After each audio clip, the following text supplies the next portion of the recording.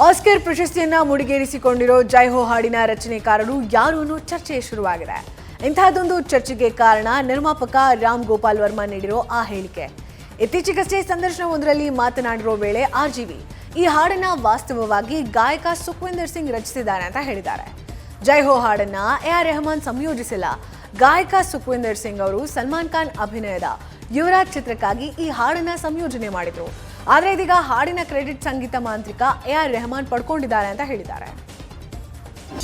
Oscar ಪ್ರಶಸ್ತಿಯನ್ನ ಮುಡಿಗೇರಿಸಿಕೊಂಡಿರೋ ಜೈ ಹೋ ಹಾಡಿನ ರಚನೆಕಾರರು ಯಾರು ಅನ್ನೋ ಚರ್ಚೆ ಶುರುವಾಗಿದೆ. ಇಂತಹದೊಂದು ಚರ್ಚೆಗೆ ಕಾರಣ ನಿರ್ಮಾಪಕ ರಾಮ್ ಗೋಪಾಲ್ ವರ್ಮಾ ನೀಡಿರೋ ಆ ಹೇಳಿಕೆ. ಇತ್ತೀಚೆಗಷ್ಟೇ ಸಂದರ್ಶನವೊಂದರಲ್ಲಿ ಮಾತನಾಡಿರೋ ವೇಳೆ ಆರ್ಜಿವಿ ಈ ಹಾಡನ್ನ ವಾಸ್ತವವಾಗಿ ಗಾಯಕ ಸುಖ್ವಿಂದರ್ ಸಿಂಗ್ ರಚಿಸಿದ್ದಾರೆ ಅಂತ ಹೇಳಿದ್ದಾರೆ. ಜೈ ಹೋ ಹಾಡನ್ನ ಎಆರ್ ರೆಹಮಾನ್ ಸಂಯೋಜಿಸಿಲ್ಲ. ಗಾಯಕ ಸುಖ್ವಿಂದರ್ ಸಿಂಗ್ ಅವರು ಸಲ್ಮಾನ್ ಖಾನ್ ಅಭಿನಯದ ಯುವರಾಜ್ ಚಿತ್ರಕ್ಕಾಗಿ ಈ ಹಾಡನ್ನ ಸಂಯೋಜನೆ ಮಾಡಿದ್ರು. ಆದರೆ ಇದೀಗ ಹಾಡಿನ ಕ್ರೆಡಿಟ್ ಸಂಗೀತ ಮಾಂತ್ರಿಕ ಎಆರ್ ರೆಹಮಾನ್ ಪಡ್ಕೊಂಡಿದ್ದಾರೆ ಅಂತ ಹೇಳಿದ್ದಾರೆ.